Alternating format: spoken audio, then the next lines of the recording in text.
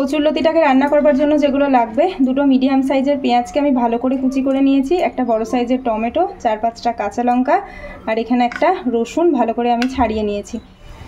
আর কচুরলতি মানে তো চিংড়ি মাছ, তার কারণে বর্মশাইদকে সকাল সকাল চিংড়ি নিয়ে চলে এসছে। চিংড়ি মাছটাকে আমি ওই 1-1.5 মিনিট মতো ভালো করে ভেজে নিলাম। গ্যাসের ফ্লেম একেবারে হাই করে গরম তেলে চিংড়ি মাছগুলোকে দিলেই হয়ে যাবে। এই দেখো কচুরলতি থেকে অলরেডি কিন্তু তেল ছাড়া শুরু করে দিয়েছে। এটা কিন্তু রান্না করা এখনও বাকি রয়েছে, তবে এখন আমি চিংড়ি মাছটা দিয়ে দেবো। আগে থেকে ভেজে রেখেছিলাম সেই চিংড়ি মাছটা দিয়ে আরও বেশ কিছুক্ষণ রান্না করব। একেবারে রান্নার শেষ মুহূর্ত, এবার শুধু গ্যাসের ফ্লেমটাকে বাড়িয়ে দিয়ে সমানে নাড়াতে হবে। আর এই রান্নাটা যত শুকনো হবে তত খেতে ভালো লাগবে। নমস্কার বন্ধুরা, আমি সঙ্গীতা। সঙ্গীতার ঘরের আজকে কোনো ডেইলি ব্লগ নয়, আজকে একটা স্পেশাল রান্না আমি রান্না করব। সেই কারণে ভাবলাম আমি আমার বন্ধুদের সাথে শেয়ার করি সেই রান্নার ভিডিওটা। তো আমি কিভাবে সেই রান্নাটা করছি, আর সেই রান্নাটাই বা কি? হ্যাঁ, সেই রান্নাটা হচ্ছে কচুরলতি, যেটা আমার বর্মশাইয়ের খুব পছন্দের একটি খাবার। তো সেই রান্নাটাতে কি কি লাগছে না লাগছে, রান্নাটা আমি কীভাবে করছি তার পুরো ভিডিওটা তোমাদের সাথে শেয়ার করব। তো চলো তোমরা পুরো ভিডিওটা দেখো। কিন্তু এখানে রয়েছে বেশ খানিকটা কচুরলতি, যেটাকে আমি ভালো করে পরিষ্কার করে নিয়েছি, মানে উপরে যে ছালটা বা আঁশটা ওটা ভালো মতো ছাড়িয়ে নিতে হবে, সেটা করে নিয়েছি। তারপরে একটুখানি জলে ডুবিয়ে রেখেছি। একেবারে রান্না করার শুরুতে প্রথমে কচুরলতিটাকে একটুখানি সেদ্ধ করে নিতে হবে। তার কারণে একটা পাত্রে গরম জল বসিয়ে দিয়েছিলাম, সেখানে আস্তে আস্তে কচুরলতিগুলো দিয়ে দেব। আর এর মধ্যে দিয়ে দেব খানিকটা লবণ আর খানিকটা হলুদ। আর কচুরলতি মানে তো চিংড়ি মাছ, তার কারণে বর্মশাইদকে সকাল সকাল চিংড়ি নিয়ে চলে এসছে।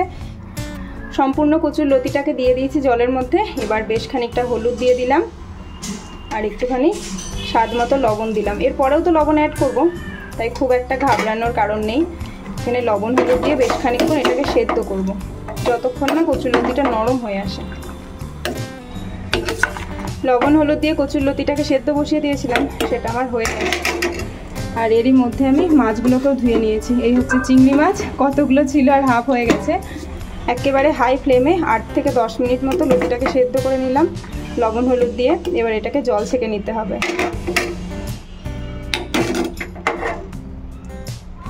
এরকম একটা ঝাঁঝরি নিয়েছি, এবার এটাকে আস্তে আস্তে ঢেলে দেবো।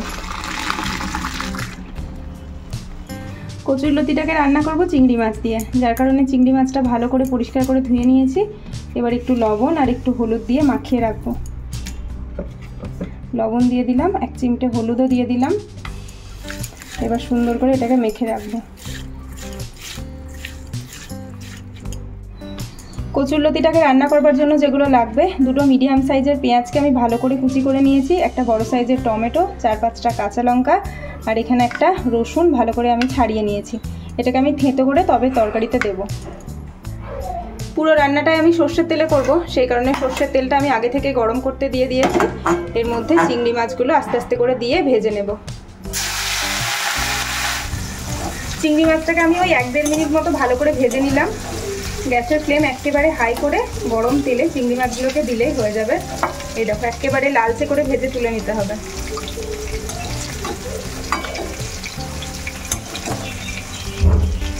যখনই পেঁয়াজটা মোটামুটি ভাজা হয়ে যাবে, তখনই থেঁতো করা রসুনটা দিয়ে দেব। আর দেব বেশ কতগুলো কাঁচা লঙ্কা রেখেছিলাম, সেগুলো চিড়ে বা ফাটিয়ে দিয়ে দিলেই হবে।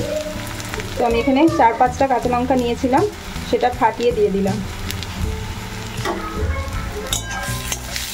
এই রসুনটাকে আরও বেশ খানিকক্ষণ ভালো করে ভাজতে হবে।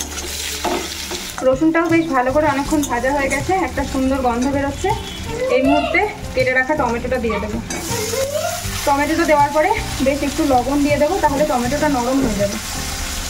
টমেটোটা দিয়ে একটুখানি নাড়িয়ে এবার ঢাকা চাপা দিয়ে দেবো। টমেটোটা একেবারে নরম হয়ে গেছে, এবার ঢাকনা খুলে একটুখানি হলুদ দিয়ে দিলাম।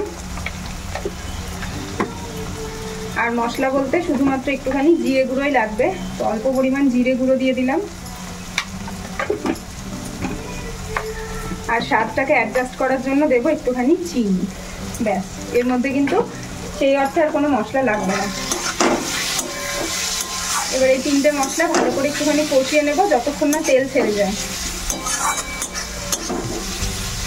হলুদটাকে দেওয়ার পরে 1 মিনিট ভাজা ভাজা করে নিয়েছি। এবার আগে থেকে যে লতিটাকে সেদ্ধ করে রেখেছিলাম, জল ঝরে গেছে, এটা দিয়ে দেবো। এবার আর কিচ্ছু না, লতিটাকে ভালো করে নাড়িয়ে চাড়িয়ে ঢাকা চাপা দিয়ে রান্না করতে হবে। পুরো মশলার সাথে লতিটাকে মাখিয়ে নিয়ে ঢাকা দিয়ে দিতে হবে।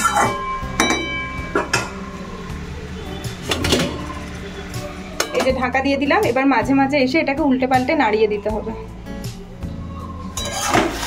এই দেখো কচুর লতি থেকে অলরেডি কিন্তু তেল ছাড়া শুরু করে দিয়েছে। এটা কিন্তু রান্না করা এখনো বাকি রয়েছে, তবে এখন আমি চিংড়ি মাছটা দিয়ে দেবো। আগে থেকে ভেজে রেখেছিলাম, সেই চিংড়ি মাছটা দিয়ে আরও বেশ কিছুক্ষণ রান্না করব।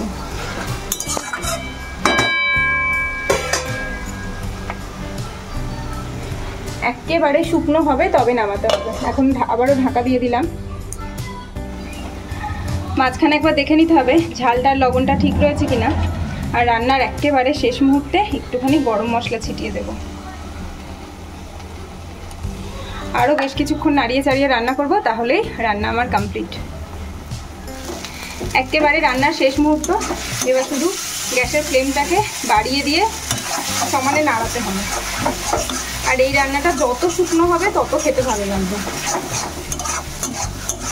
এই দেখো কড়াই থেকে যখন উঠে উঠে আসবে তখনই বুঝতে হবে রান্না হয়ে গেছে।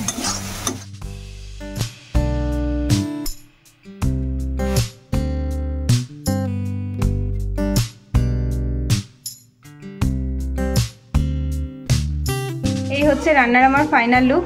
চিংড়ি মাছ দিয়ে কচুর লতি কেমন হয়েছে অবশ্যই জানিও। আর তোমরা কিন্তু অবশ্যই বাড়িতে এই রান্নাটা একবার অন্তত ট্রাই করো। গরম ভাতের সাথে জাস্ট জমে যাবে।